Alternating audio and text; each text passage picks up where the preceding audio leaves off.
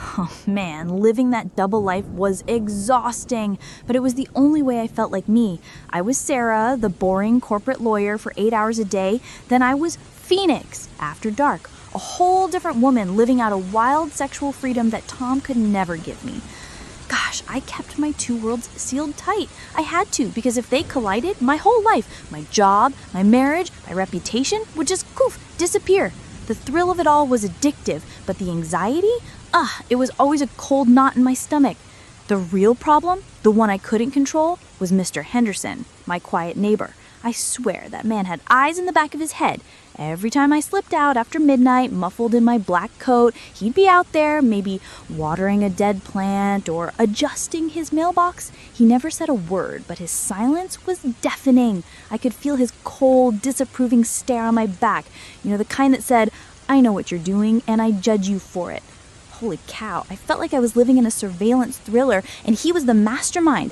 I had successfully lied to my husband, my friends, and my entire world, but I just couldn't shake the feeling that Henderson was waiting patiently. His knowledge was a silent, corrosive threat, making my perfect neighborhood feel like a prison. I bet he had already pieced together all the evidence, and I knew deep down that his silence wouldn't last forever. The tension was becoming unbearable, leading me to the unsettling, subtle ways he began to mess with my head.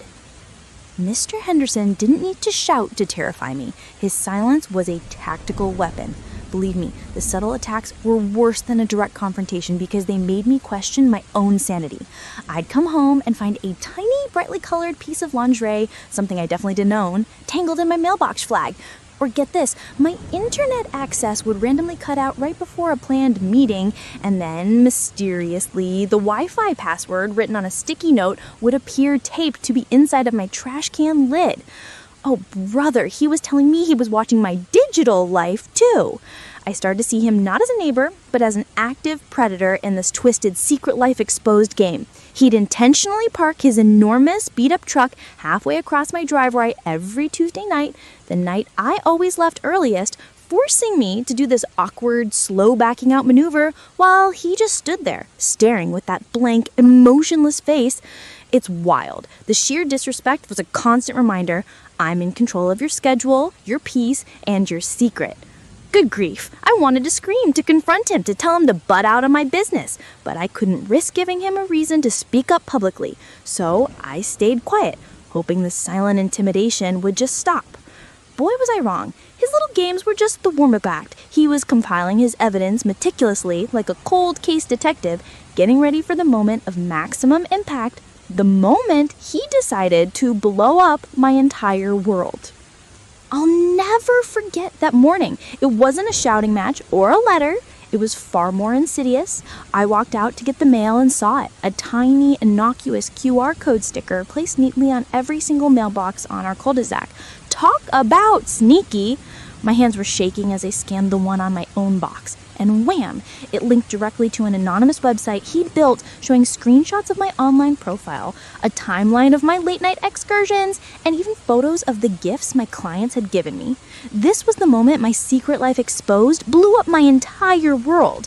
The immediate fallout was catastrophic. Man, oh man, the whole street knew before noon. I saw my neighbor, Miss Davison, drop her jaw and hurry back inside, and I knew the gossip wildfire had begun. My husband, Tom, got an anonymous text with the link while he was at work. I watched his face crumble when he came home early, his eyes hollowed out, utterly betrayed. Good grief. Henderson didn't just expose my secret, he completely atomized the illusion of our perfect life, ensuring maximum public humiliation and total personal destruction. I felt like I couldn't breathe, trapped in my own house, watching my marriage and reputation dissolve in real time because of one vindictive, controlling man. I mean, come on. He had won the first round, leaving me utterly broken, with nothing left to lose. But the total destruction gave birth to a cold, hard clarity. This wasn't just about survival anymore. This was about making him pay. I knew right then, in that moment of despair, that I would write the book on the ultimate revenge story. The air in the house was thick, heavier than any silence I had ever experienced. Tom didn't yell. He just looked through me, like I was a ghost or a stranger, which I guess I was.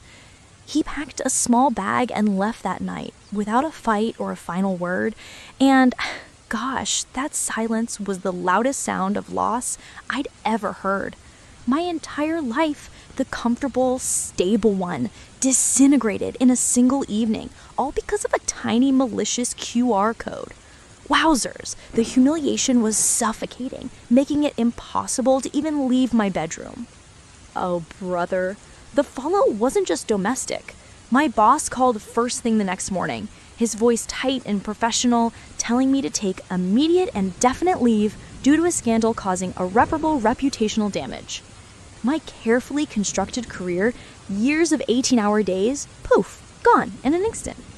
I realized then that Mr. Henderson hadn't just exposed my secret life, exposed he had wiped my identity clean off the map, leaving me financially vulnerable and emotionally destroyed.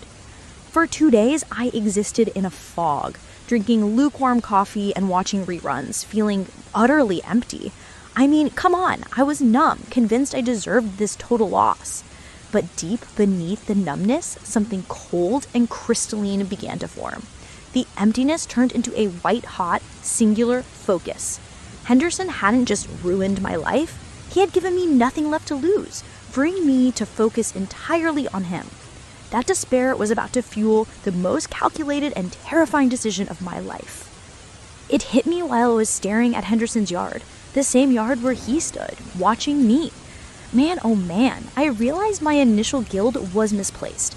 Yes, I had secrets, but he was the one who deliberately, maliciously chose to destroy an entire life out of spite and moral superiority. That realization was the turning point. The crushing despair evaporated, replaced by a clarity so cold it felt like ice in my veins. I swear, I looked at the wreckage of my life and thought, proportional response? Forget it. This wasn't going to be about getting back at him. It was about ensuring he suffered a loss equal to or greater than the total annihilation he inflicted upon me. Holy cow, I was done being the passive victim in this secret life exposed drama. I picked up a pen and started scribbling. Not a suicide note, but a plan. A complex, intricate blueprint for a full-scale emotional and social demolition. I was channeling every ounce of legal precision and cunning I had used in courtrooms and directing it now at my neighbor. Gosh, the decision was made. This was going to be the ultimate revenge story, designed to strip him of everything he held dear, his reputation, his peace, his comfortable life. I realized that my old life might be gone, but my skills, my ability to research, to plan, and to execute without emotion were still sharp. The next few weeks wouldn't be about moping. They would be about learning everything about Mr. Henderson, preparing to deliver a truly devastating personalized blow. Listen up, because this wasn't some silly, childish prank. This was a legal and digital masterclass in destruction. I spent days researching Mr. Henderson. And guess what?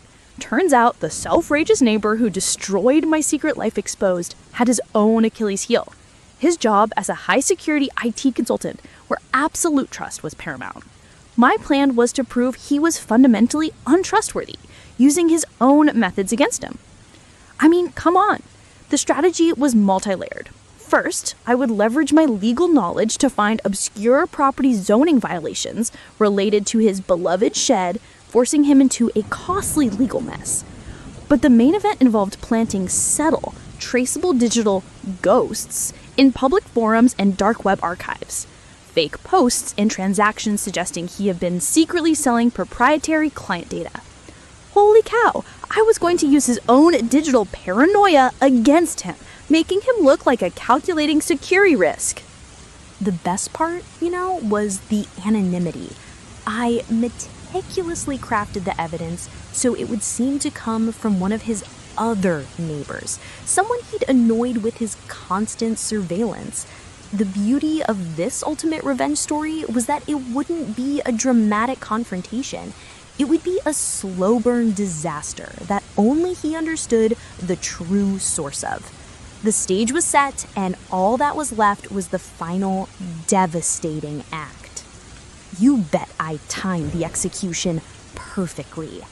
I deployed the digital ghosts, the fake data-selling posts, during a major quarterly audit at his IT firm, ensuring maximum suspicion. Simultaneously, I anonymously tipped off the city zoning board about his illegal shed, filing the paperwork with such flawless legal precision, I swear it was a masterpiece. I didn't get to see his face when his boss called him in or when the city inspector showed up, but gosh, the silence from his side of the fence was delicious. It was the silence of a man under siege. Within a month, Mr. Henderson was a shadow of his former self. He lost his high security clearance due to unresolved digital security concerns, the exact professional reputation he had weaponized against my secret life. Exposed. Talk about poetic justice. Then came the court order to dismantle his beloved shed, forcing him to spend thousands of dollars and weeks of frustrating legal battles. He wasn't just dealing with gossip. He was dealing with the systematic destruction of his stability, crafted by a mind far sharper than his. Man, oh man, I finally felt free.